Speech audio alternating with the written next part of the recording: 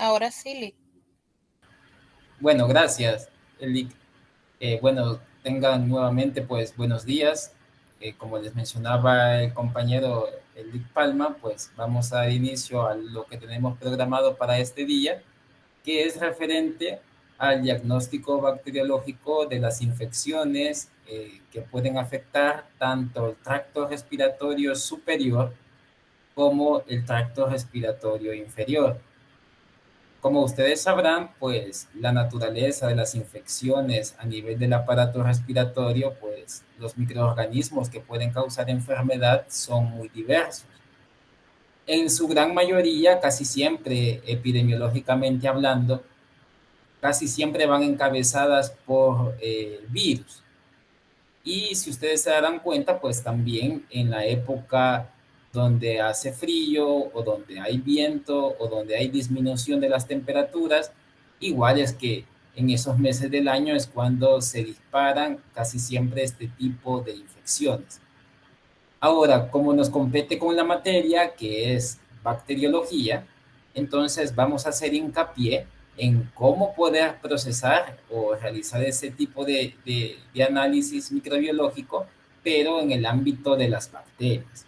Pero recalco siempre pues que hay que tener presente que las infecciones del aparato respiratorio, en su gran mayoría de casos, ya sea en niños o en ancianos, que son como los grupos más vulnerables, casi siempre son de etiología viral.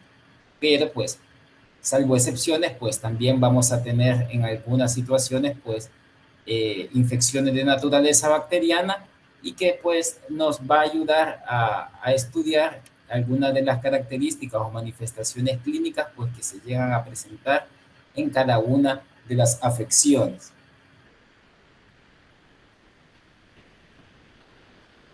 Bueno, los objetivos de la clase que ustedes ahí las tienen en su manual, vamos a hacer alguna descripción breve sobre las características anatómicas del tracto respiratorio, factores predisponentes o protectores que también ayudan a mantener la homeostasis a nivel del árbol respiratorio, características epidemiológicas sobresalientes de algunos agentes, formas de infección del tracto respiratorio y los diversos tipos de muestras a procesar, medios empleados, procesos de identificación y el procesamiento de alguna muestra, pues en un caso especial. Como se menciona en los objetivos de la clase, vamos a recordar esta clasificación bien breve del aparato respiratorio o del tracto respiratorio, que ustedes recordarán de sus clases de anatomía, pues que los dividimos como en dos partes o en dos grandes grupos. El tracto respiratorio superior o vías respiratorias superiores y el tracto respiratorio inferior, ¿verdad? Cada uno pues compuesto por sus diferentes partes. Como ustedes pueden observar en el tracto respiratorio superior, así a grosso modo, pues tenemos la cavidad nasal, que ya vamos a ver en cuántos compartimentos pues también se divide, la faringe y la laringe. Pero ya en el tracto respiratorio superior ya incluye otras estructuras como lo suele ser la tráquea. Aquí solamente se ve un bronquio primario, pero ustedes sabrán que hay un bronquio primario, un bronquio secundario, un bronquio terciario, hasta llegar a un bronquiolo, y después en ese bronquiolo pues termina en un acino pulmonar, pues que está compuesto por los alvéolos. Y todo ese parénquima, pues donde están los alvéolos pulmonares, pues ya en conjunto, pues ya es una estructura más densa y más grande, pues que es a lo que denominamos pulmones, donde se realiza, como ustedes bien recordarán, el intercambio gaseoso de oxígeno y de dióxido de carbono para pues que la sangre realice ese intercambio y las células de nuestro cuerpo pues puedan hacer ese intercambio de gases, de dióxido de carbono a oxígeno. Entonces, como les mencionaba, acá vamos a ver un poquito con más detalle esto de las vías respiratorias superiores, que como vimos en el esquema anterior, las vías respiratorias superiores comprenden desde los orificios nasales o de las narinas, que también se le denominan así, hasta la laringe. ¿verdad? Entonces, todas esas partes, desde las narinas o orificios nasales hasta la laringe, todas las estructuras que se encuentran allí, pues se le conocen o que son parte de las vías respiratorias altas o vías respiratorias superiores. Pero si ustedes se fijan, también hay otras estructuras que se comunican con las vías respiratorias superiores, ¿verdad? Y que a veces pues también llegan a aparecer cuadros infecciosos por esta naturaleza de que estas cavidades, como vemos acá, se comunican directamente con las vías respiratorias altas. Y dentro de ellos, pues cabe mencionar los senos paranasales, como ustedes los pueden observar en esta imagen, que son varios senos paranasales los que están en la cavidad o en el cráneo. Si ustedes ven acá, por ejemplo, este es un seno paranasal, si ustedes ven acá. Es el seno paranasal, este es el esfenoidal. Por acá debería de verse el seno paranasal etmoidal. Este de acá, por ejemplo, es el seno paranasal frontal. No se observa aquí en el esquema, pero también tenemos un maxilar, ¿verdad? Superior, pues que se encontraría como a los lados de la nariz, ¿verdad? Entonces, todas estas cavidades, como son huecas, ¿verdad? Y están cubiertas por epitelio respiratorio, pues, y que se comunican por orificios a través de la cavidad nasal, entonces hay ocasiones en que las bacterias patógenas pues, pueden proliferar en esta cavidad nasal y pues llegar a infectar esos senos paranasales, y es lo que conocemos ya la infección, ¿verdad? Ya sea por hongos o bacterias o incluso virus, pues cuando ya afectan los senos paranasales, que le conocemos con el nombre de sinusitis. También, si ustedes han experimentado cuando tienen gripe también y sienten aquella sensación más que todo de que sienten tapados los oídos, tal vez alguno, bueno, buena parte ya lo experimentó en algún momento de su vida. Eso se debe a que el oído medio, pues también se comunica con la cavidad nasal. Y como la cavidad nasal está edematizada, ¿verdad? Entonces ese orificio de la trompa de Eustaquio, que es quien comunica al oído medio, entonces por eso se siente esa sensación como que de oído tapado. Entonces, igual, si hay una infección en la cavidad nasal y no se trata adecuadamente, entonces esa infección puede subir a través de la trompa de Eustaquio, que está este orificio por acá, y llegar hasta el oído medio. Y ya después ahí tenemos otra como complicación a la que ya le llamamos otitis media, ¿verdad? Que ya es la inflamación del oído medio. Ya también pueden ser por causas virales, bacterianas, en este caso que estamos viendo, o incluso también fúngicas. Dentro de estos tipos de infecciones, también aparte de la otitis media, la sinusitis, también tenemos otros cuadros como lo pueden ser la faringitis, que sería la inflamación de la faringe, pero cuando ya compromete eh, órganos linfoides, como lo son las amígdalas, más que todo las amígdalas palatinas, entonces ya se denomina faringoamigdalitis, que casi siempre es así como lo observamos en la mayoría de los cuadros clínicos, como una faringoamigdalitis. Y también tenemos las epiglotitis, ¿verdad? Que sería ya la inflamación de la epiglotis, que si ustedes se recordarán, la epiglotis es como una especie de, de cartílago, ¿verdad? Cubierto por epitelio eh, escamoso, pues que lo que hace esta función de la epiglotis es tapar pues la tráquea cuando se consumen los alimentos, para que los alimentos no entren a la tráquea, sino se vayan directamente por el esófago. Entonces, las epiglotitis casi siempre la vemos en niños pequeños, ¿verdad? En los adultos las epiglotitis no son tan frecuentes, ¿verdad? Y más que todo, pues en niños pequeños casi siempre la bacteria Haemophilus es la que casi siempre se encuentra asociada a ese tipo de infección. Acá, pues lo que mencionaba anteriormente con la diapositiva de la clasificación de las vías respiratorias, acá también les queda lo que hablábamos sobre la ramificación de los bronquios, hasta llegar pues a la estructura más pequeña, donde ya vemos el acino eh, pulmonar o alveolar, donde aquí ya prácticamente o directamente en el alvéolo es donde se da ya el intercambio gaseoso de la sangre pues con el oxígeno o con los gases pues que están en el ambiente. Vamos a recordar también algunas situaciones referente a aquellos microorganismos, en particular, pues casi siempre bacterias, que son los que pueden estar presentes habitualmente como miembros de la microbiota humana normal en la faringes. Aquí estamos hablando de vías respiratorias altas, ¿verdad? Vemos acá algunos microorganismos que ya los hemos hablado, dentro de ellos, si ustedes se recuerdan, hablamos de los estreptococos alfa hemolíticos, que pueden ser tanto del grupo Viridans, que eran aquellos que conocíamos como estreptococos de la boca, o los neumococos como estreptococos pneumoniae.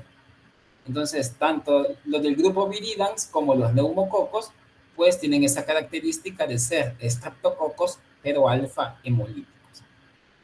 También tenemos especies de diplococos gram negativos del género Neisseria, pero que no tienen acción patógena. O sea, diferentes a Neisseria meningitidis y diferentes a Neisseria gonorrhea. Aunque parezca sorprendente y tal vez algunos no conocían eso, pues en nuestra garganta hay especies de Neisseria, pero que no tienen actividad patógena, sino que son miembros de la microbiota humana normal. Al igual que también este diplococo gram negativo, primo hermano de Neisseria, que es Moraxella catarrhalis, que ya lo estudiamos en una clase, que usualmente este diplococo gram negativo también suele ser miembro de la microbiota humana normal, pero en niños pequeños. En niños menores de 5 años, pues este diplococo gram negativo suele colonizar pues las vías respiratorias altas. También tenemos el género Staphylococcus, pueden estar en pequeñas cantidades, pues especies de Staphylococcus aureus o Staphylococcus coagulasa negativos como Staphylococcus epidermidis, también bacilos gram positivos como algunos difteroides, también especies de hemófilos diferentes a las patógenas que ya conocemos, levaduras también, más que todo pues del género cándida, que se encuentra asociado también a las mucosas digestivas, y diversos cocos, tanto gram positivos y bacilos gram negativos, que son anaerobios estrictos, y algunas espiroquetas también. Vamos a ver un cuadro clínico especial en donde hay un desequilibrio de la microbiota de este tipo de microorganismos, de estos bacilos gram negativos, que sean anaerobios con espiroquetas, y que pues ese desequilibrio de la microbiota pues también nos puede generar algún problema a nivel de la faringe. Como se mencionaban en los objetivos, también tenemos que recordar algunas situaciones o factores que pueden ser protectores o predisponentes para la adquisición de una infección bacteriana en el tracto respiratorio, tanto superior como inferior. La primera es que la flora humana normal o microbiota humana normal, que es lo correcto llamarlo así, no debe estar alterada, y que las bacterias, algunas de las que ya hemos mencionado en diapositivas pasadas, deben de estar presentes en la superficie del epitelio, y que pues ellas, al estar presentes en la superficie, pues cubren todos los espacios del epitelio donde no deberían de instalarse pues bacterias patógenas. Recordemos que si hay ausencia de estas bacterias que son buenas, o sea, las que son miembros de la microbiota, y se desaparecen por algún motivo, entonces los epitelios quedan sensibles y vulnerables a que una bacteria que sí sea patógena llegue y pues invade y colonice la superficie de ese epitelio, y pues se vuelva más vulnerable a adquirir una infección. También tenemos la mucosidad, que cumple un papel bien importante en la protección de las mucosas respiratorias. Recordando en sus clases pues, de microanatomía, el moco en las células respiratorias o en el epitelio respiratorio, esa función la realiza las células caliciformes que ustedes ven acá. Se llaman así por esa apariencia pues, que tienen en forma de copa o de cáliz. Entonces, ellas son las encargadas de secretar moco. Y el moco también tiene un factor protector sobre la superficie de los epitelios.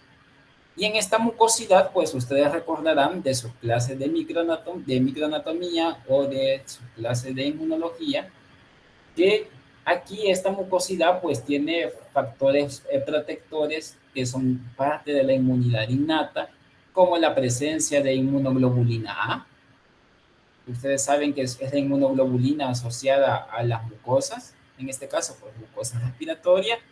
Y también tenemos en el caso de la saliva, por ejemplo, la presencia también de lisozima.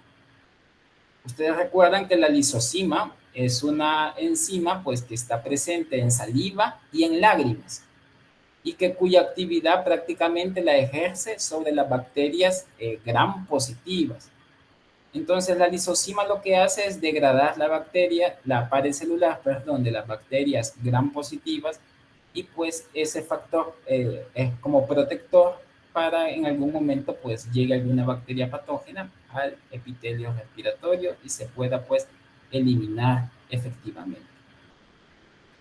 Pero aparte de que tenemos que tener mucosidad, esa mucosidad cuando se genera en exceso se debe de sacar del árbol respiratorio. Entonces, esa mucosidad se arrastra con esta presencia de cilios, ¿verdad? Que se encuentran con microvellosidades en la superficie del epitelio respiratorio y que cumple esa función mecánica de arrastre de la mucosidad y pues que se pueda expectorar en algún momento, pues cuando esa se está produciendo en exceso, como pasa pues en la mayoría de infecciones respiratorias, porque ya hay irritación de la mucosa y las células caliciformes pues empiezan a secretar mucho más moco. Dentro de los factores predisponentes tenemos, pues, para algunos ya es conocido que las deficiencias del sistema inmunológico, personas inmunosuprimidas, ya sean porque están con el uso de corticosteroides, personas en malnutrición o personas que tienen alguna inmunodeficiencia adquirida, ya sea, por ejemplo, como VIH. Entonces, estas situaciones pues vuelven más vulnerable a algún individuo a poder adquirir una infección bacteriana a nivel del árbol respiratorio. Los extremos de la vida, es decir, los recién nacidos y niños, igual las personas adultos mayores son las más vulnerables también a adquirir infecciones del árbol respiratorio. El uso indiscriminado de antibióticos de amplio espectro también afecta, porque el uso indiscriminado de antibióticos de amplio espectro, como ustedes sabrán, lo que hace es eliminar la microbiota humana normal y pues ya vimos la función en este caso que tiene la microbiota humana como factor protector ante la adquisición de este tipo de infecciones. Y también las personas que con recurrencia tienen infecciones del árbol respiratorio, pero que sean de etiología viral, hacen o vuelven vulnerable a ese individuo también para que adquieran una sobreinfección bacteriana. Entonces, esto vuelve complicado el cuadro clínico cuando tenemos ya un paciente con una infección del tipo viral y que después todavía se le sume una infección bacteriana, pues lo complica mucho más. Ahora vemos acá, vamos a ver este tipo de bacterias que se encuentran frecuentemente aisladas del tracto respiratorio, pero ven que es el inferior y que son ya acá bacterias netamente patógenas. Son patógenos primarios cuando se llegan a aislar de muestras como el esputo neumónico, ¿verdad? Que ya vienen pues del aparato respiratorio inferior. Y dentro de ellos tenemos estas bacterias gram positivas como Streptococcus pneumoniae. Su nombre lo dice todavía porque causa cuadros de neumonía. Staphylococcus aureus, también como gram positivo, y también bacterias pues gram negativas como Haemophilus influenza, Klebsiella pneumoniae, en pacientes con ventilación mecánica, también bacilos gram negativos no fermentadores como Pseudomonas aeruginosa, ¿verdad? Y otro tipo de bacterias que ya el aislamiento o procesamiento es un poco diferente, como Mycobacterium tuberculosis, que también causa cuadros de neumonía, pero que lo vamos a estudiar en una clase diferente. También bacterias que su aislamiento en medios de cultivo convencionales también es bien complicado, como en el caso de los micoplasmas o los llamados molicutes, en este caso Mycoplasma pneumoniae o Chlamydia pneumoniae. Entonces tenemos varios tipos de bacterias pues, que pueden ser netamente patógenas y causar cuadros de neumonía.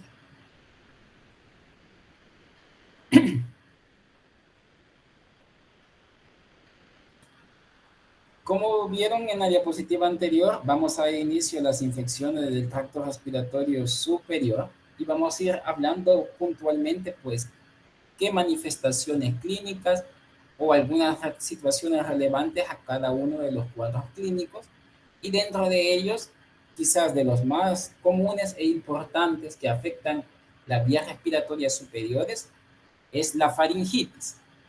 Entonces, por eso mencionamos acá, es la infección respiratoria alta más común de todas, ¿verdad? La faringitis.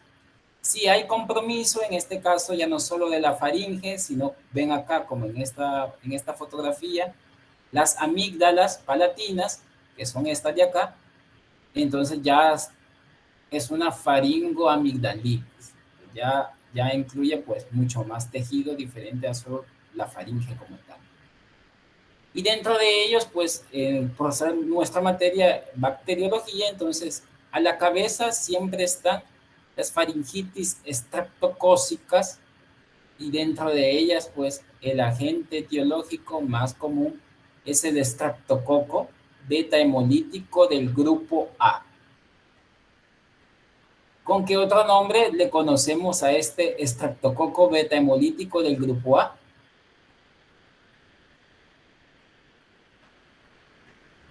Streptococcus pyogenes. Streptococcus pyogenes, exacto. Para fines de reporte de laboratorio, si ustedes lo quieren reportar con este nombre, está perfecto. Igual si ustedes lo quieren reportar como Streptococcus pyogenes, también es correcto. Entonces, este cuadro de faringitis estreptocócica, ¿verdad? Esta casi siempre está más asociada a niños pequeños más que en adultos. Eso hay que tenerlo bien presente. Incluso pues mencionan textos en personas, ya dicen menores de 15 años, cuando hay cuadros de faringitis en personas menores de 15 años y pensemos que es de etiología bacteriana, entonces hay que pensar en este tipo de estreptococo beta hemolítico del grupo A. También, como se les mencionó en alguna clase cuando se estudió Neisseria gonorrea, aunque Neisseria gonorrea lo asociamos casi siempre a infecciones del aparato genitourinario, o a las oftalmías neonatales también, cuando el niño se infecta en el canal de parto, los ojos, también pueden causar faringitis gonocóxica también a nivel de la faringe, para que también se pueda tener como otro agente que puede causar este tipo de patología. También tenemos la faringitis por Arcanobacterium haemolítico, que es otro tipo de bacteria también, pero esta, fíjense bien, que es más frecuente aislarla en adultos que en niños. Y que las manifestaciones clínicas que presentan cuando hay faringitis por Arcanobacterium haemolíticum son bien similares a las que daría el Streptococcus pyogenes. Para tenerlo presente también eso pues como aspecto epidemiológico. Como les mencionaba, muchas de la faringitis o cuadros del tracto respiratorio superior también pueden ser de etiología viral. Y dentro de los virus que se mencionan que causan más frecuentemente faringitis, tenemos al virus de Epstein-Barr, a los adenovirus, al virus Coxsackie tipo A, e incluso también al virus herpes simple. Entonces, estos virus pueden causar, pues, alteraciones a nivel de la faringe, ¿verdad? Pero casi siempre, como ustedes se darán cuenta en su práctica profesional, las faringitis virales no tienden a ser productoras de pus, como lo vemos acá. Esta, al solo verla, podemos decir que es de etiología bacteriana. En cambio, las de etiología viral lo único que hacen es poner inflamadas las mucosas y las vuelve bien hiperémicas, las rojizas, pero no con producción de pus. Entonces, bueno, eso ayuda pues al médico también a establecer diagnóstico diferencial. Otra enfermedad que también creo que se mencionó en una clase es la difteria, causada por Corynebacterium diphtheria, y que la vamos a ver más adelante, y otra que tenemos también, la angina de Vincent.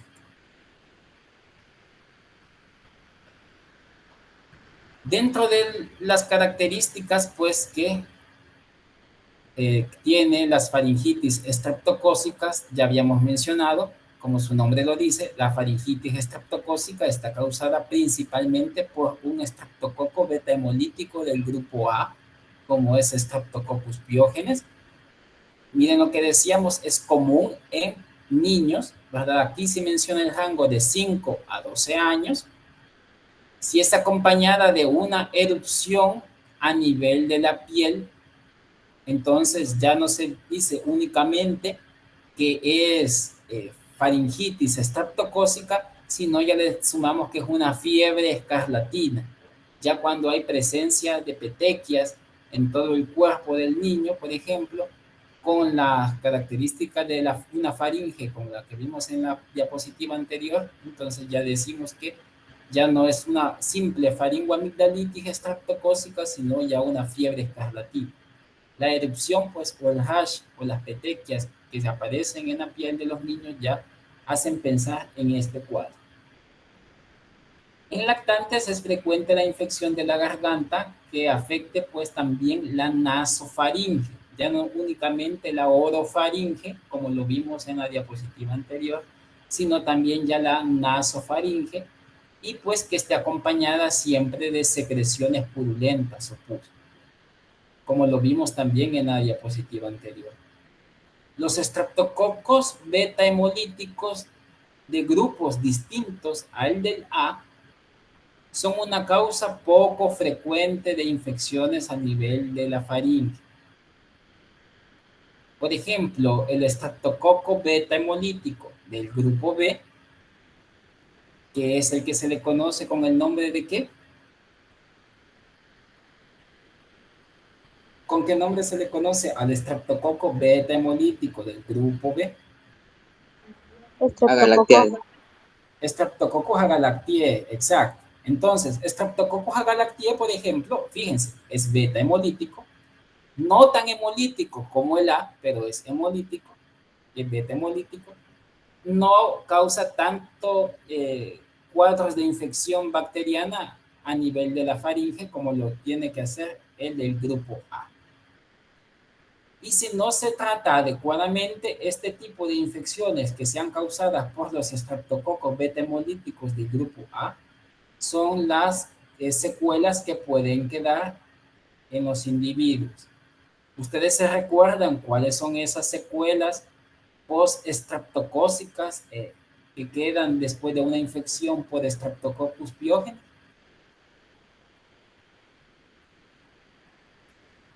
¿Cuáles son esas complicaciones que pueden estar posterior a estas infecciones si no se tratan adecuadamente?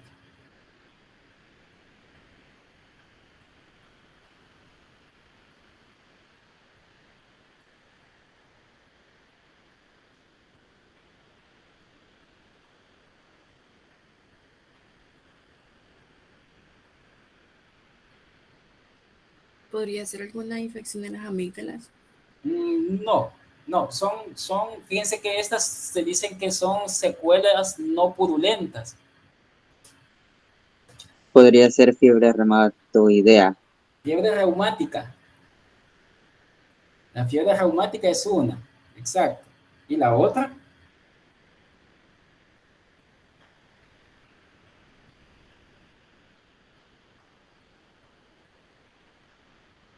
la fiebre escarlatina, ¿cómo se llama? La glomerulonefritis. Fiebre reumática y la glomerulonefritis son las dos secuelas postestreptocócicas más comunes.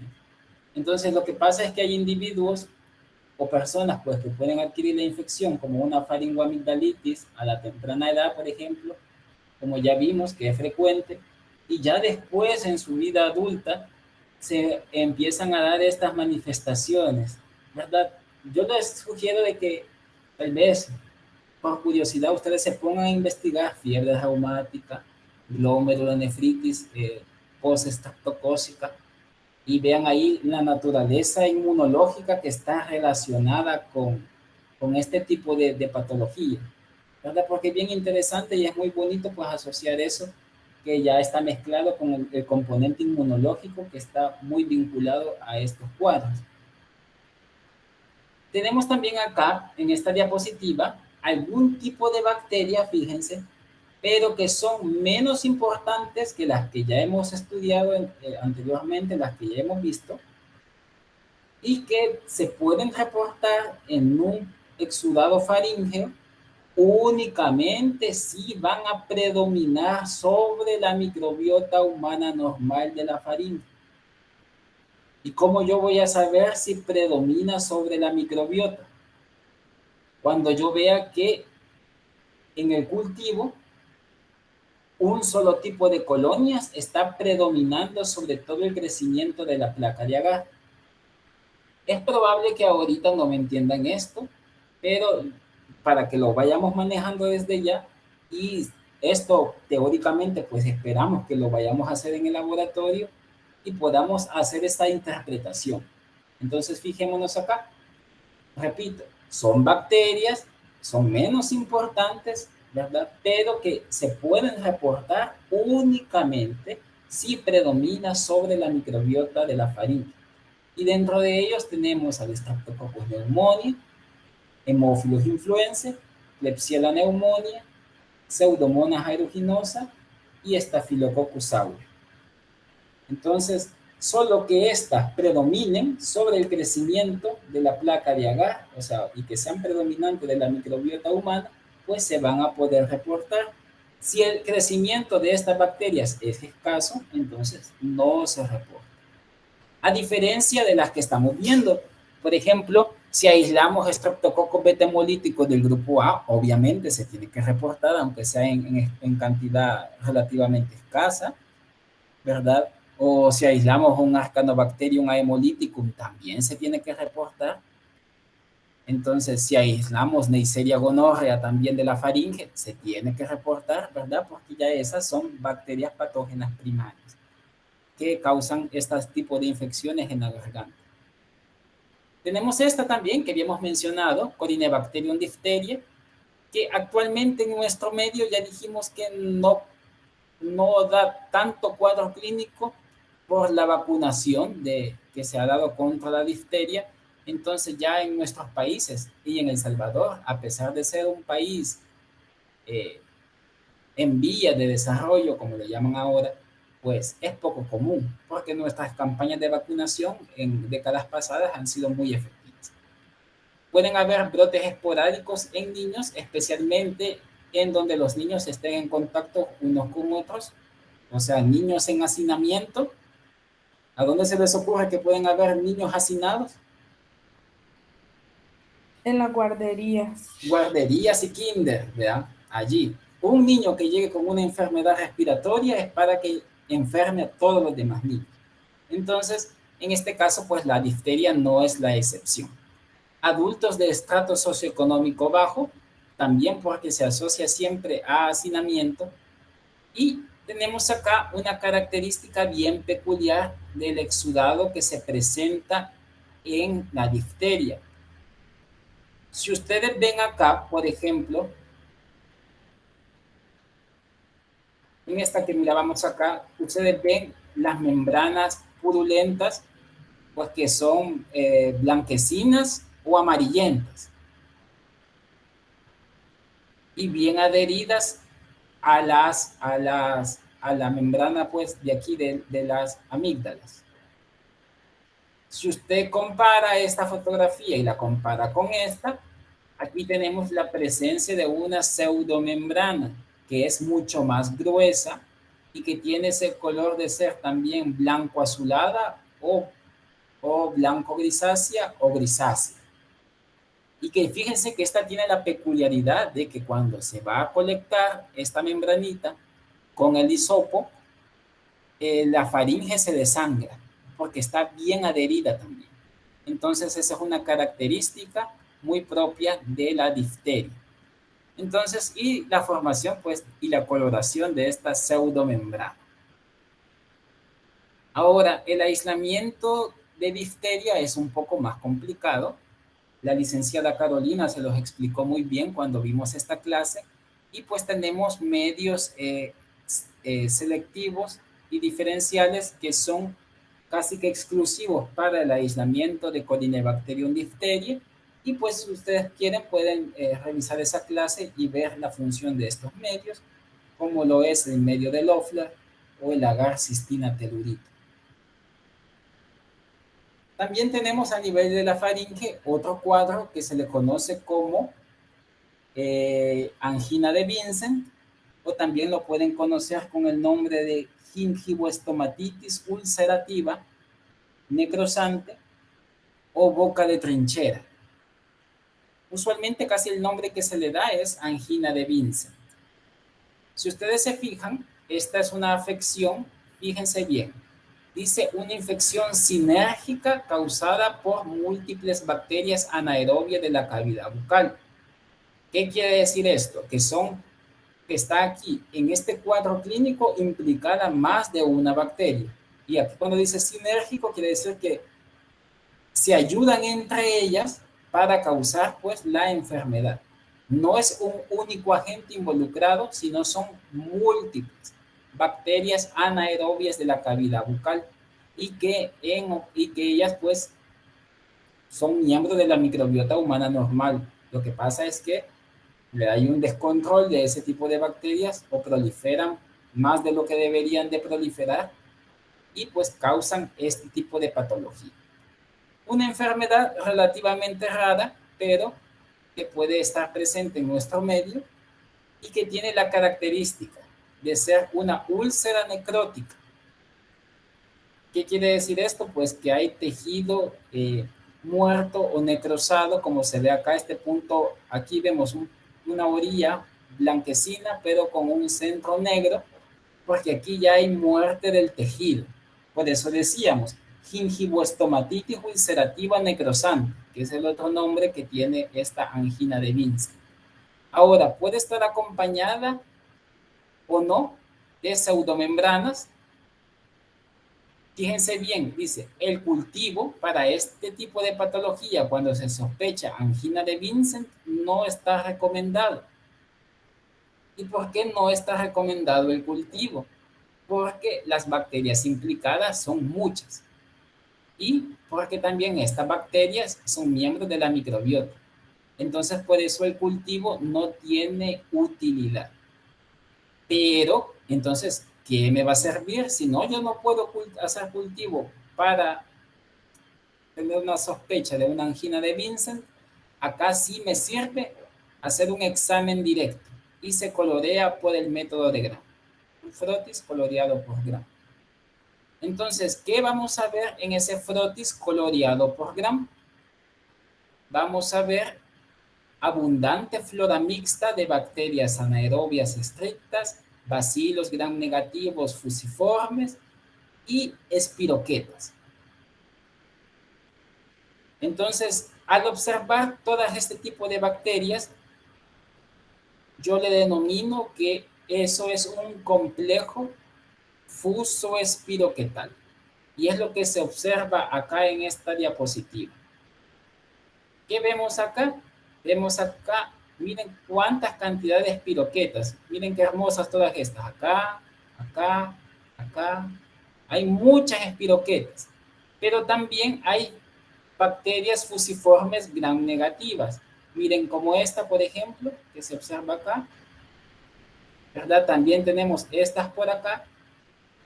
Entonces ven la gran cantidad de bacterias probablemente todas anaerobias, pero que están asociadas a estas espiroquetas y todavía vemos acá acompañadas de polimorfonucleares. Entonces vemos toda esta situación al ver este campo microscópico de, de un exudado a partir de una úlcera necrótica a nivel de la faringe. Entonces, más que preciso, pues, que reportar que se observa un complejo fuso espiroquetal. Y a el médico pues debería de pensar de que está ante una angina de Vincent.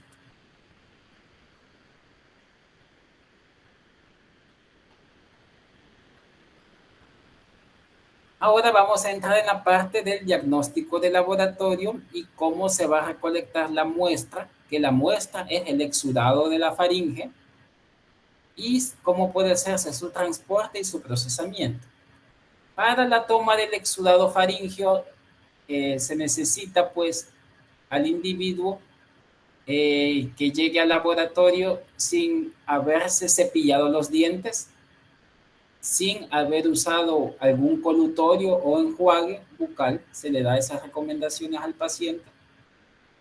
No es necesario que el paciente esté en ayunas, pero lo que sí hay que decirle es que si comió, lo más preferible hay que esperar que pase de 1 a 2 horas.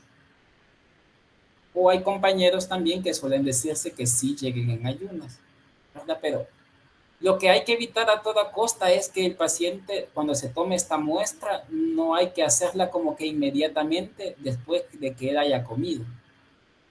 ¿Por qué creen ustedes que no hay que hacer eso?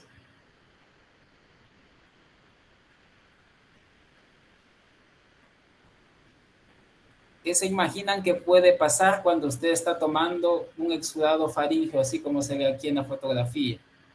Que ponga un hisopo estéril y esté tocando las amígdalas y la faringe. Se puede contaminar si ha comido recientemente. Aparte de eso también, que se Por puede los restos de comida. Aparte de eso, ¿qué cree que El reflejo del vómito. Ese es el reflejo del vómito. Lo va a activar. Y ya se han visto casos que casi vomitan encima del que está tomando la muestra. Entonces, para evitar esa situación, por eso decimos eso. No es necesario que estén ayunas, pero por lo menos que pasen de 1 a 2 horas después de que ingirió los alimentos. O si llegó en ayunas, pues no hay problema, mejor todavía.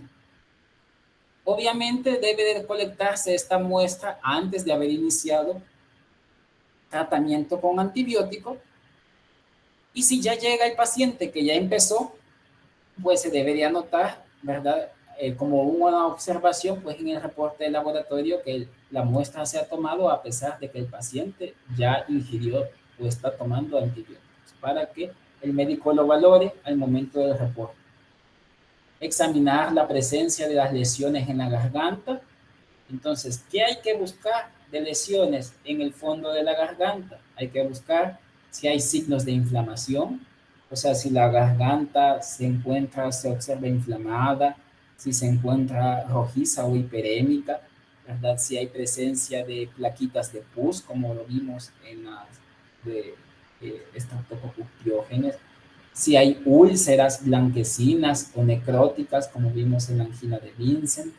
Entonces hay que buscar todos esos signos de lesión y colectar muestra a nivel de esas lesiones, ¿verdad? Entonces hay que tomarla con un hisopo estéril, como se observa acá, ¿verdad? Y nos podemos apoyar de un bajalengua también estéril. Entonces, para deprimir la lengua y no tocar la lengua con el hisopo, no tocar la úvula y no tocar los pilares palatinos tampoco. Lo que el hisopo tiene que tocar es todo lo que hemos mencionado acá. Hay que evitar a toda costa contaminar el hisopo o con los carrillos dentales o con la cara interna de las mejillas también. Entonces hay que evitar tocar todas esas áreas para que no se contamine. Y tomarlas pues de todos estos lugares de manera precisa y bien puntual a modo de colectar ese tipo de secreción. Nos podemos apoyar siempre, lo más indicado es que tengamos una luz brillante como una lámpara, ¿verdad? Que el paciente también esté sentado y que al momento previo le decimos que trague saliva fuertemente, ¿verdad? Unas 2 veces, que respire profundo, que abra la boca y que diga ah. ¿Ya? Entonces se deprime la lengua, como les dije, con un baja lengua, se buscan esas lesiones a nivel del fondo de garganta y en las amígdalas, como ya vimos. A veces piensan ustedes de que únicamente es de tocar las amígdalas, pero no solamente las amígdalas, hay que tocar el fondo de la garganta. Y cuando se toca el fondo de la garganta es que se viene el reflejo de vómito. Entonces, por eso hay que tomar en consideración la recomendación que mencionaba. Entonces, con ese hisopo estéril, es que se debe de colectar esa secreción y frotar suavemente a modo de desprender si hay una membrana o pseudomembrana, a modo de que quede adherida en el hisopo. ¿Será necesario que tomemos 2 hisopados? Pues no, no es necesario, porque aquí fíjense que un único hisopo basta para inocular la placa de agar, porque aquí solamente vamos a sembrar un medio de cultivo. Este es relativamente sencillo. Solamente se va a sembrar un medio de agar 5% sangre de carnero, porque este estudio más que todo va en búsqueda de estreptococos beta hemolíticos del grupo A. Entonces, no vamos a realizar frotes a partir del exudado faríngeo. Solo vamos a hacer frotis si sospechamos o el médico sospecha de una angina de Vincent. Únicamente allí sí es válido el frotis. ¿Por qué? Porque no vamos a hacer cultivo. Pero acá es al contrario. Aquí únicamente se va a hacer cultivo si se sospecha un estreptococo beta hemolítico del grupo A, pero no vamos a hacer frotes. ¿Por qué creen ustedes que aquí no es relevante hacer frotis de la secreción de exudado faríngeo? En una, por ejemplo, faringitis por Streptococcus pyogenes. ¿Qué se imaginan ustedes?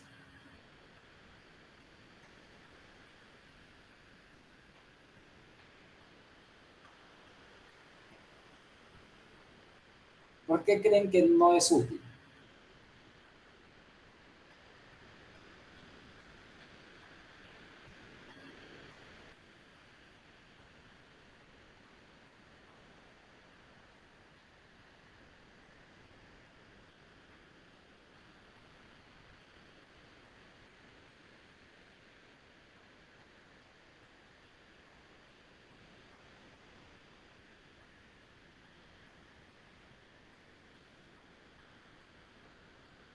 ¿Qué naturaleza tiene la mucosa de la boca con relación a la microbiota?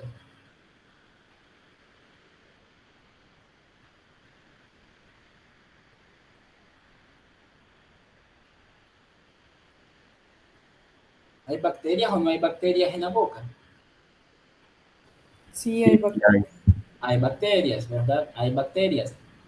¿Cuál tipo de bacteria predominan en la boca? Streptococcus mutans. Puede ser un Streptococcus mutans, pero en general, así a grandes rasgos,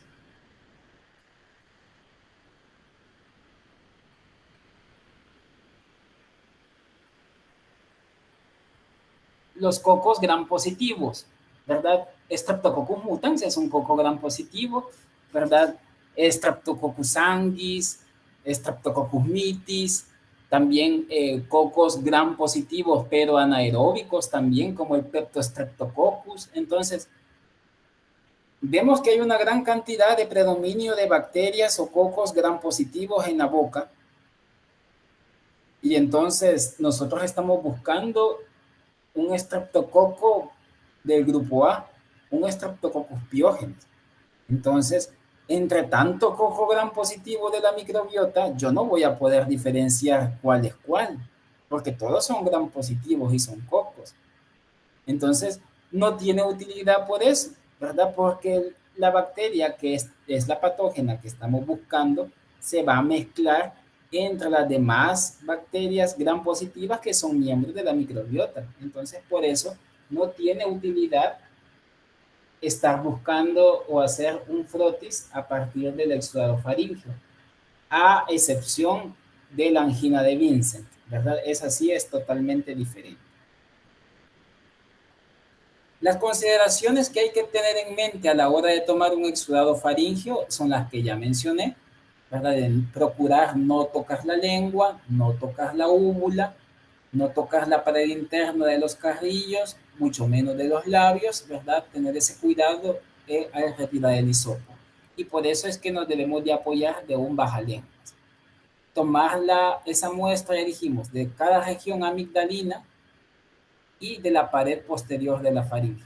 Estos son los dos puntos que tenemos que tocar, pues, con ese hisopo. En un dado caso que ese hisopado no se pueda inocular directamente en el medio de cultivo, entonces se puede utilizar, pues, un medio de transporte como Amis o Stuart, ¿verdad? Y que no sobrepase 4 horas. Lo ideal es que nosotros, cuando hacemos este tipo de procesamiento de muestra, lo hacemos que tomamos la muestra y que casi directamente a la par del paciente inoculamos la placa de agar, así como lo vamos a hacer en la práctica que se espera hacer, pues, en algún momento. Entonces, como les mencionaba, ese hisopo solamente se siembra en un tipo de medio de cultivo. ¿Y cuál es? El agar 5% sangre de carnero, ya que obviamente este es el único medio que nos va a ayudar a evidenciar los tipos de hemólisis que queremos buscar. Lo que hemos mencionado, no hacer frotis directos de la faringe, por lo que ya mencioné, y las características de incubación que se tienen que tener en mente para el aislamiento de los estreptococos beta hemolíticos del grupo A es que tenemos que incubarlas en atmósferas capnófilas, como ya se mencionó, en un periodo de 18 a 24 hasta un máximo de 48 horas. Y buscar e identificar aquellas colonias que sean hemolíticas. Y colocar esta placa de agar ya con el crecimiento, pues, a través de una lupa con luz transmitida, como las que tenemos en el laboratorio. Yo les hago hincapié a los compañeros cuando tenemos esta práctica, ¿verdad? Utilicen la luz que tienen las lupas, porque si no se ve a trasluz la placa de agar, como por ejemplo esta que teníamos acá, entonces no vamos a poder ver o identificar bien el tipo de hemólisis. Fíjense aquí, por ejemplo, aquí tenemos colonias que son alfa y beta hemolíticas. Si yo no pongo a trasluz esta placa de agar, yo difícilmente voy a saber cuál es cuál. Entonces, a la hora de que se haga esto, pues hay que tenerlo en mente para buscar e identificar bien ese tipo de hemólisis. Si la hay o si no la hay, porque obviamente hay bacterias que no la dan. Entonces, también nos debemos de apoyar en las cortadas que se le hacen al agar durante la inoculación del medio de agar sangre, ¿verdad? Como creo que esta, si ustedes ven acá, aquí al medio de cultivo se le hizo 3 cortadas. Al finalizar el método de estrellas, lo que se hace, se hiere el agar en algunas partes para poder evidenciar con mayor facilidad también el tipo de hemólisis que puede tener o no la bacteria. Hay bacterias, bueno, más que las bacterias, hay hemolicinas que son sensibles al oxígeno. Entonces, al hacer estas cortadas en el medio de cultivo, lo que se hace es aislar a la enzima que sean sensibles al oxígeno y que enterrándola, pues metiéndola lo más profundo, pues evitar pues que se pueda descomponer la enzima y no dar las hemólisis que se esperan. Por eso es que se hacen estas cortadas en el agar sangre. Hay que buscar colonias separadas que sean beta hemolíticas. Estas son las que nos interesan y por eso está en rojo. Hay que buscar colonias que sean beta hemolíticas, que sean pequeñitas y que sean brillantes. Como ustedes recordarán de la clase que vimos de las bacterias gram positivas, La hemólisis alfa es aquella que da coloración verdosa alrededor de la colonia, y la hemólisis tipo beta es aquella que da una hemólisis como incolora o translúcida, ¿verdad? Por eso decimos, la hemólisis alfa es la incompleta o la parcial, y la beta es la hemólisis completa, ¿verdad? O total, en este caso. ¿Y la hemólisis gamma cuál es? Que no está aquí.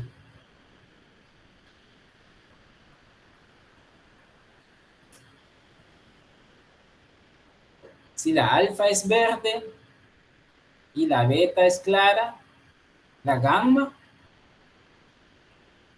Cuando no hay hemólisis. cuando no hay hemólisis, exacto, ¿verdad? Hay muchos autores, a pesar del tiempo, que siguen utilizando gamma hemólisis y dicen cocos gram positivos, gamma hemolíticos. Entonces nosotros tenemos que entender al leer eso que se está refiriendo a que no son hemolíticos. Examinar cuidadosamente esa caja de Petri en búsqueda de las colonias con beta hemólisis, y ya cuando se examinan y hemos identificado que hay colonias que sean beta hemolíticas, pequeñas, brillantes, grisáceas, entonces ya cuando se pudieron identificar si las hay, entonces hay que realizar un frotis de esa colonia. Y también cuando ya se observó el frotis y se observaron cocos gram positivos en cadena, entonces se tienen que hacer otras pruebas de identificación. Como ustedes ven acá en este pequeño flujograma. Sospecha de un paciente con faringoamigdalitis, se le hace el cultivo y se toma la muestra. Como ya se mencionó, se procede a la búsqueda de estas colonias que ya hemos mencionado en el tiempo que se debe de hacer y la lectura y todo lo demás y las condiciones. Entonces hay que buscar aquellas bacterias pues, o colonias que sean beta hemolíticas y que se le hace la coloración de Gram. Y cuando vemos que en la coloración de Gram se observaron cocos gram positivos en cadena, se debe de realizar la prueba de la catalasa, que es la prueba de tamizaje de los cocos gram positivos, y nos da negativo. A nivel de esto, entonces yo puedo decir que estoy frente a un estreptococo. ¿Se recuerdan ustedes que a nivel de género podemos llegar con la prueba de la catalasa? Y entonces aquí la catalasa debe de ser negativa. Cuando yo tengo un coco gram positivo, beta hemolítico, catalasa negativo, entonces yo procedo a realizar la prueba de la bacitracina o del taxo A, que es la misma, y también la prueba del PIR. Esto también ya lo vimos en una clase. Tanto el Streptococcus pyogenes es sensible a la bacitracina y PIR positivo, si ustedes se recuerdan. Entonces, esto es lo que yo debo de observar cuando realizo un frotis coloreado por Gram de esas colonias beta hemolíticas. ¿Qué vemos acá? Cocos en cadena, Gram positivos. Después, ¿qué dijimos que había que hacer? Prueba de la catalasa. ¿Cómo da el Streptococcus beta hemolítico del grupo A? La prueba de la catalasa, ¿negativa o positiva? Negativo. Negativa. Da negativa, exacto. Así como la parte A. Aquí la B es positiva. Entonces no, debe de dar como está en la parte A.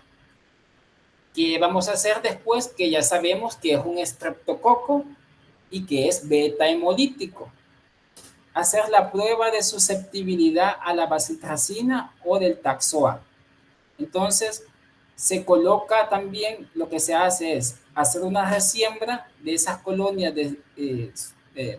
sugestivas a estreptococos, se realizan en otra placa de agar sangre nueva, se estrella en la superficie, en el laboratorio le vamos a enseñar cómo se estrella, y se coloca este disquito del taxo A.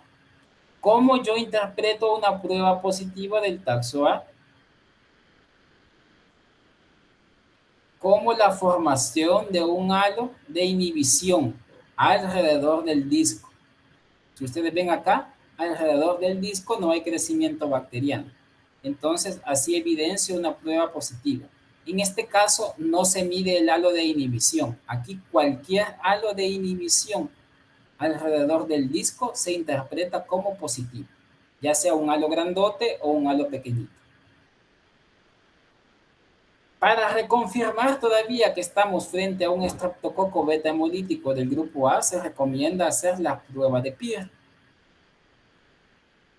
que ya habíamos mencionado que una prueba de Peer positiva, cuando se realiza, la prueba positiva se ve de color rojo cereza y la prueba negativa se queda amarilla.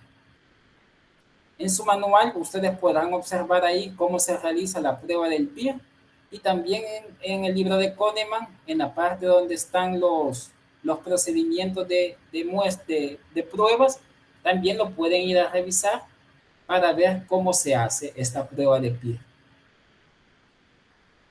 ¿Cómo se van a reportar los aislamientos de este tipo de bacteria? Fíjense bien, se aísla o se aisló Streptococcus pyogenes, si es que dio todo lo que mencionamos anteriormente, o se aísla Streptococcus beta hemolítico del grupo A. Fíjense bien aquí en la escritura. Este es un nombre científico. Esto ya es un nombre vulgar. Entonces, esto por eso no está en cursiva ni está subrayado. Entonces, no confundan o mezclen nombres científicos con nombres comunes o vulgares.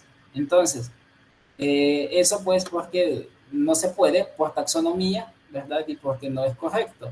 Entonces, para que lo tengan en mente en el momento que se les solicite. O también se puede poner este tipo de reporte cuando da otro tipo de microorganismo que es un estreptococo beta hemolítico no del grupo A. Entonces puede ser tal vez en el grupo B, C, G, aunque ya hemos dicho que es poco habitual esto.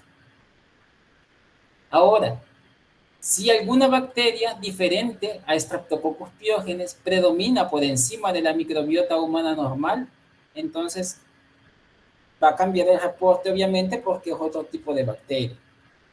Entonces, ustedes acá pueden ir revisando si podemos estar frente a un Streptococcus pneumoniae, si estamos frente a un Staphylococcus aureus, si estamos frente a bacilos gram negativos pleomórficos como Haemophilus influenzae, o algunas enterobacterias como Klebsiella o Enterobacter. En el caso, fíjense, de los estreptococos beta hemolíticos del grupo A, no es necesario que al paciente se le haga antibiograma, porque todavía se dice de que el Streptococcus pyogenes es sensible a la penicilina. Entonces ya el médico ya sabe qué es lo que va a dar cuando hay una infección por Streptococcus pyogenes. Entonces no hay que hacer antibiograma en este caso. Si el reporte es negativo, entonces ¿cómo hay que reportar esto? Hay que reportar cómo no se aíslan patógenos, se desarrolla bacterias de la flora humana normal o no se aísla bacteria patógena. Yo prefiero esta, y que está en rojito, porque es como lo más correcto, ¿verdad? O lo podemos hacer de la manera B.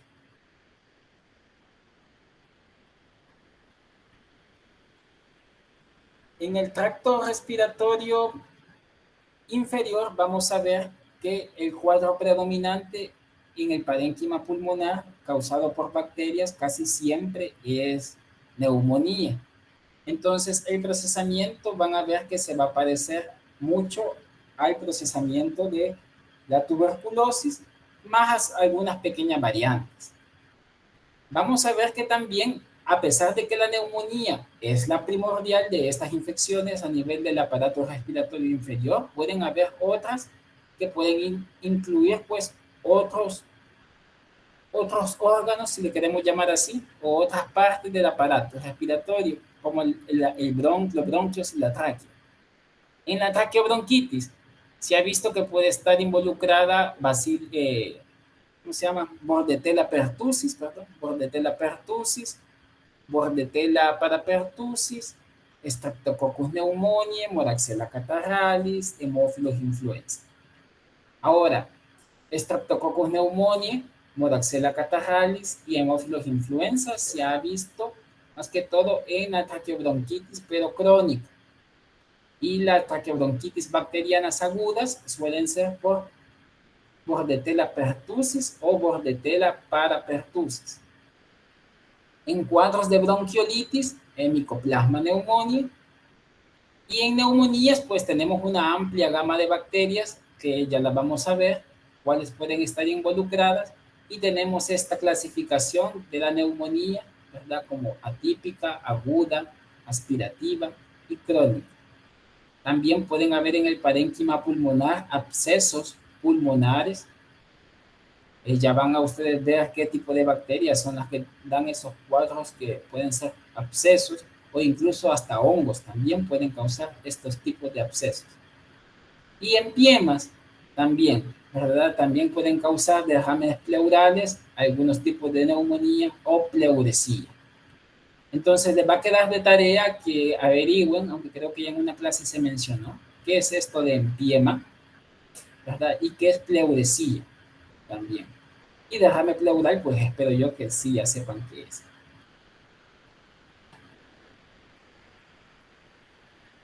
La neumonía, como les mencionaba, que casi es la más común de todas las afecciones del tracto respiratorio inferior, a su vez es la más seria de todas las infecciones del tracto respiratorio, o sea, ya de todo el aparato respiratorio. Aquí ya hay una afección a nivel desde los conductos alveolares hasta los sacos alveolares. Entonces, exactamente donde se da el intercambio gaseoso, allí es donde está la infección.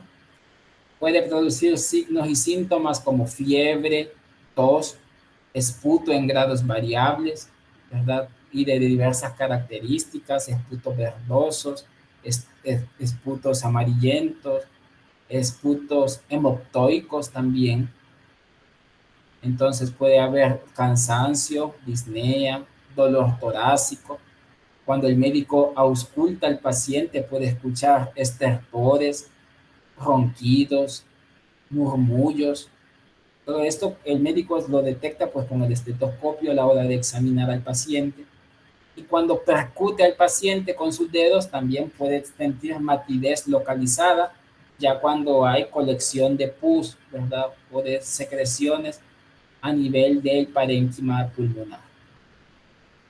Las neumonías atípicas, vemos acá que pueden estar varias bacterias involucradas como Mycoplasma pneumoniae, Chlamydia pneumoniae o incluso especies de Legionella.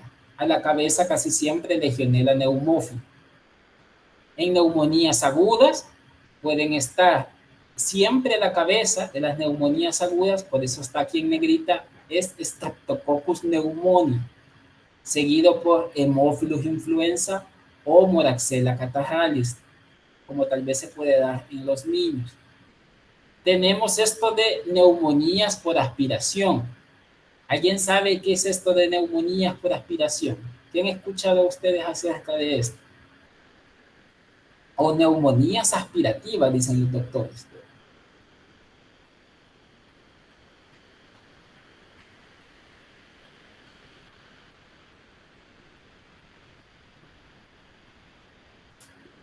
Si no estoy mal, es cuando hay como una inhalación de las secreciones de la boca.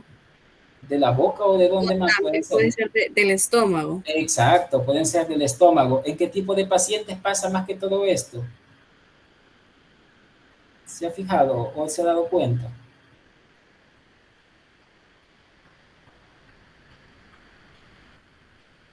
Las neumonías aspirativas. ¿Serán más frecuentes en pacientes que están en los hospitales o serán más frecuentes en pacientes ambulatorios?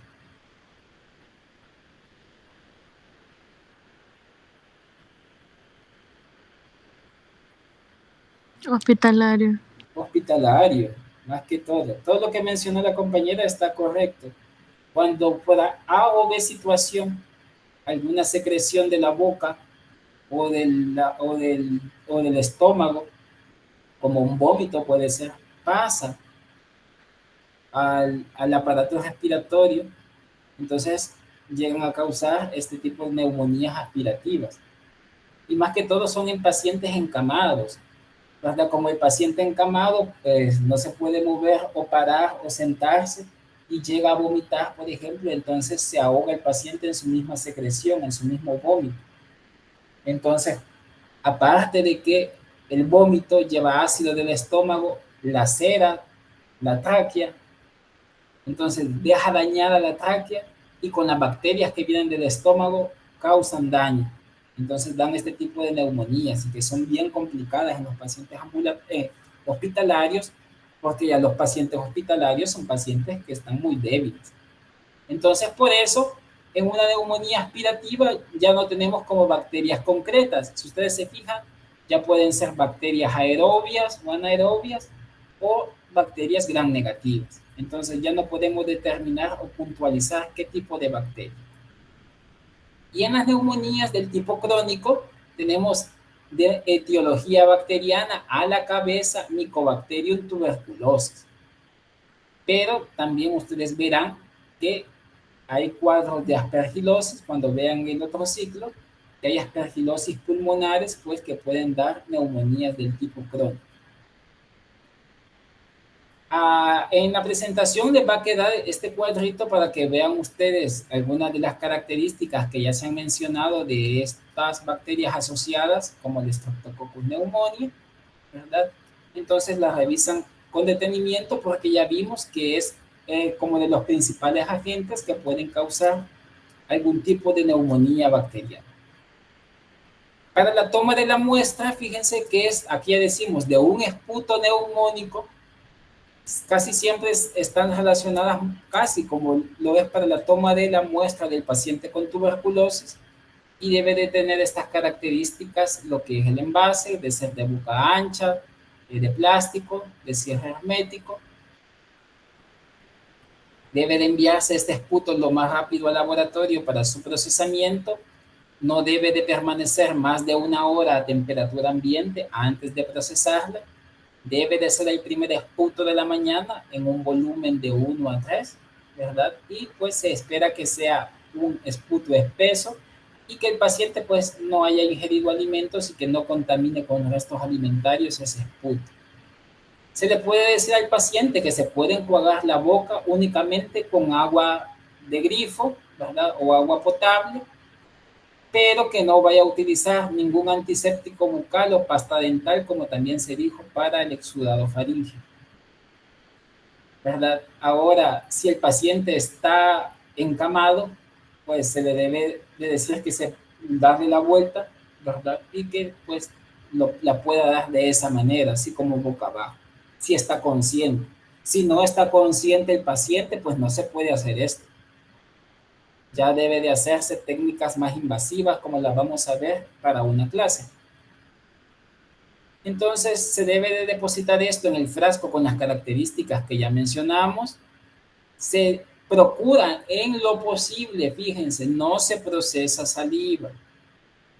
A veces los pacientes se enojan por eso, ¿verdad? Y se rechazan estas muestras, ¿verdad? Porque se le ponen las observaciones de que es saliva, eso no se puede procesar, eso no es del árbol bronquial, ¿verdad? Y ya vamos a ver qué criterios pues también se pueden utilizar para darle validez o no a la muestra, como los criterios de Washington, que vamos a ver.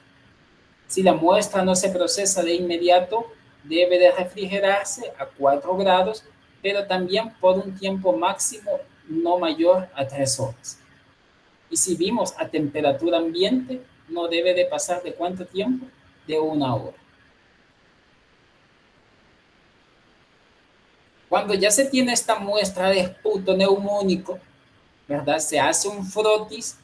Aquí sí hay que hacer el frotis del extendido, de la muestra, perdón, de esputo, de buscar las partes más purulentas, las partes más mucosas, las partes que tengan sangre también, ¿verdad? O buscar flóculos de pus, etcétera. Todo aquello que veamos que parezca como anormal dentro de una muestra de esputo, pues tomar de ahí el inóculo y con el asa bacteriológica pues hacer el extendido en una lámina portaobjeto, esperar a que seque, lamearla y colorearla por gramo. Ahora, ¿qué es lo que se va a buscar? Se debe de buscar obviamente la presencia de bacterias y también tener en cuenta estos criterios.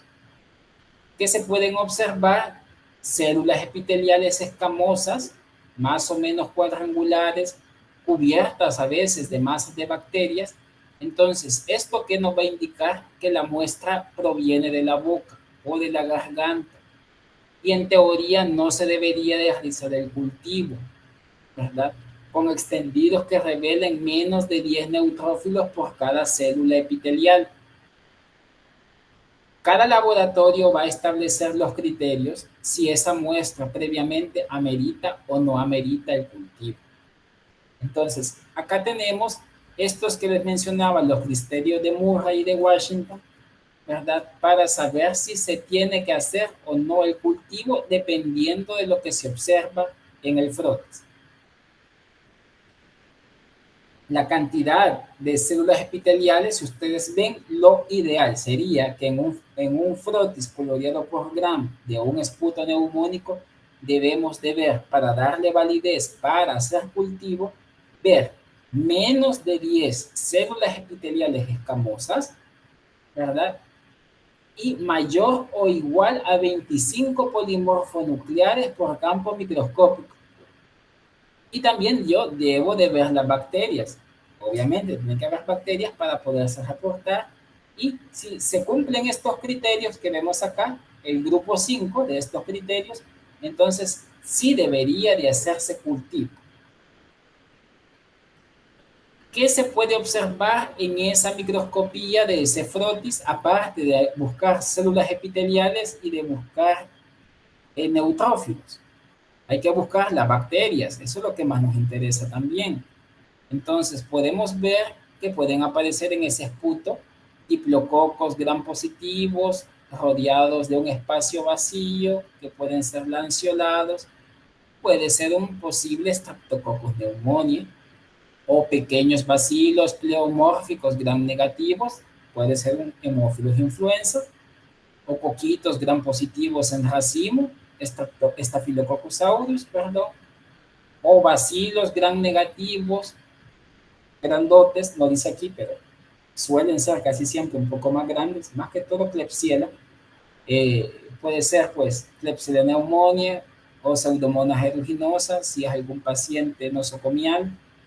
E incluso también pueden observarse células gram positivas con aspecto de levadura, que puede ser posiblemente, tal vez, alguna neumonía por cándida. Pero en diagnóstico micológico les van a enseñar a interpretar cuando se observe eso en un frotis. Ahora, si ya se decidió que se va a cultivar ese esputo neumónico por las características del frotis que ya mencionamos, entonces, ¿qué medio de cultivo debo yo de sembrar? Debemos de sembrar un agar 5% sangre de carnero, un agar chocolate o algún medio selectivo que se tenga a la mano para la búsqueda de Haemophilus influenza y agar vacón. Si se tiene a la mano, también no estaría de más agregar un agar mannitol salado. Entonces, estos medios se incuban, puede ser ya sea en condiciones de aerobiosis o de anaerobiosis. En nuestro caso, pues casi siempre es anaerobiosis. Y después hay que interpretar los crecimientos de esos medios de cultivo y realizar las pruebas de identificación. Ya mucho de esto ya se mencionó en clases anteriores, no me voy a detener, les va a quedar esto en la presentación para aquellas pruebas básicas para la identificación de estos microorganismos, ya los hemos trabajado. Y pues me quedo yo con esto. Fíjense bien, cuando hacemos ya la parte microscópica a nivel de esputo. Si ustedes ven acá en la diapositiva esta superior, ¿qué vemos acá? ¿Qué alcanzan a ver?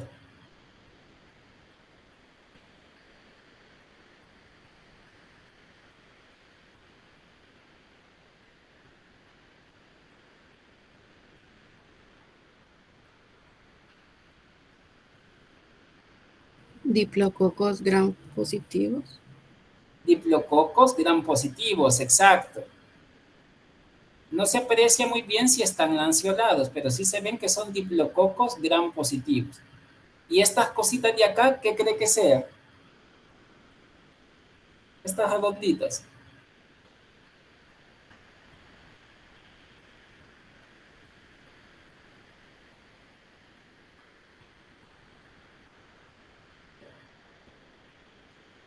O estas de acá.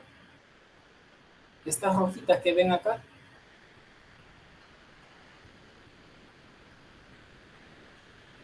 No sé si estoy equivocada, pero no sé si serían los polimorfonucleares. Son polimorfonucleares, exacto. Aquí fíjense que si son polimorfonucleares, aquí sí se ven más que fueran quizás mononucleares, ¿verdad? Pero sea lo que sea, son leucocitos.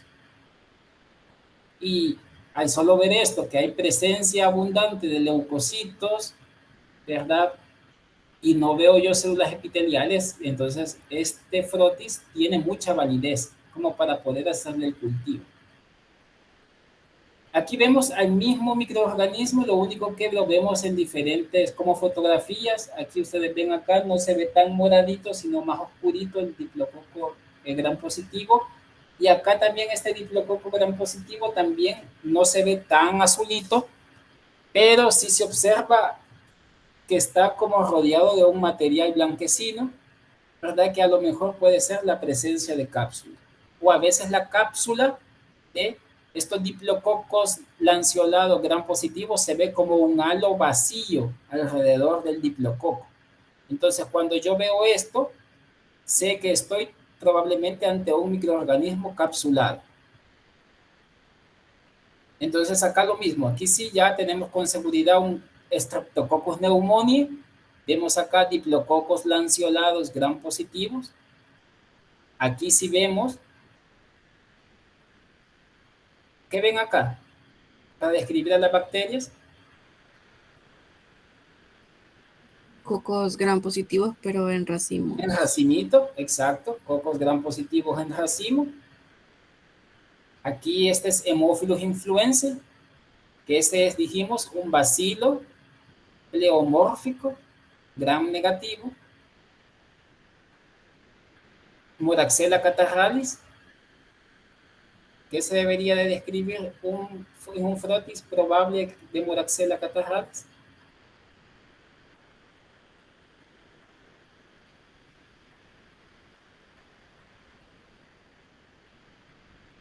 Un cocobacilo. No. Diplococo gram negativo, diplococo gram negativo.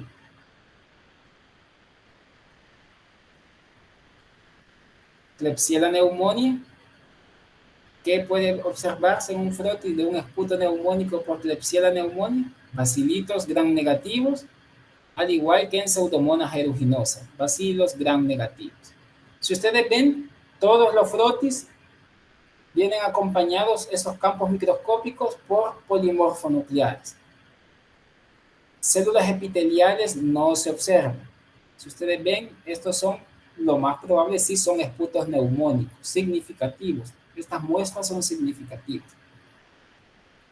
Ahora, cuando vayamos a reportar la coloración de Gram de un esputo neumónico, hay que agregarle, aparte de lo que observa de la morfología de las bacterias, tiene que agregarle la cantidad relativa, eso aproximado lo hace, de polimorfonucleares y de células epiteliales. Vamos a poner un ejemplo, como con con el primero. Acá podríamos decir, se observan diplococos lanceolados gram positivos con abundantes polimorfonucleares con escasas células epiteliales. Un ejemplo. El médico, al percibir en teoría este reporte, debe de pensar de que exactamente pues ya es una bacteria lo que está causando la neumonía y que la muestra que ha dado el paciente es relevante.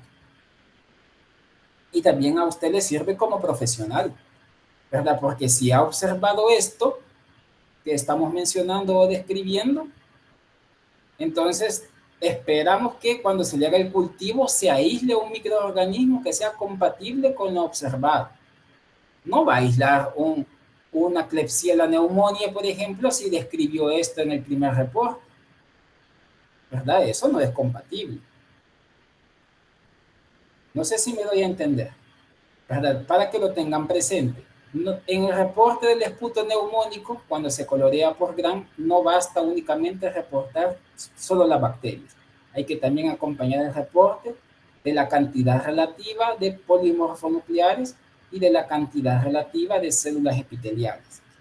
Porque imagínense que yo reportara, se observan cocos gram positivos en racimos con escasos polimorfonucleares y abundantes células epiteliales. ¿Qué pensarían ustedes?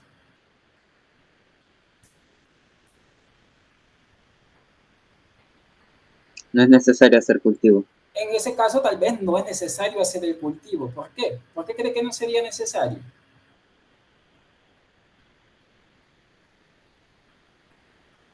Porque al parecer, ¿qué parece que es esa muestra? ¿De dónde vendría? Tal vez de la saliva. De la saliva, de la boca, ¿verdad? Entonces lo más probable es que está contaminada, más si tiene abundantes células epiteliales y ningún leucocito, entonces esa muestra no es significativa. Lick, tengo una pregunta. Dígame. Entonces, en el caso de Haemophilus, como en algunas bibliografías, se refiere a que es un bacilo gram negativo pequeño. Sí. Pero entonces, en cuestión de un frotis y para el reporte, se observa más como un cocobacil. No, dijo... Bacilo pleomórfico. Vaya, fíjese que el término, cuando decimos bacilo pleomórfico, hace alusión de que puede tener morfologías un poquito variables.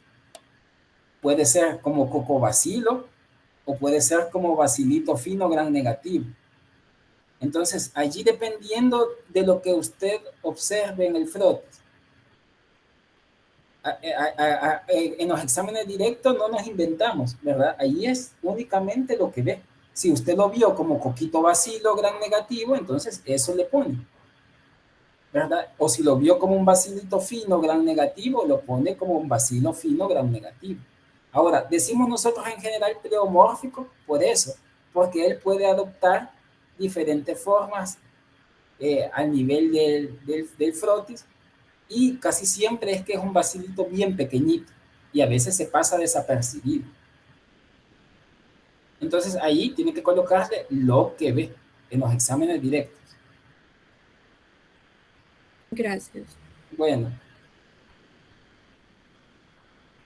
¿Otra preguntita?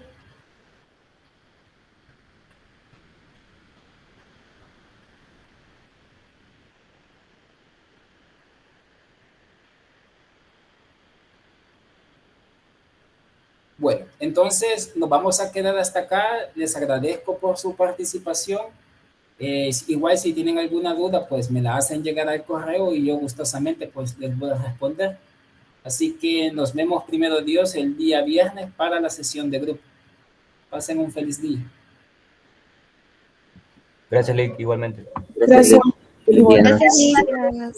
Gracias. Gracias, Lick.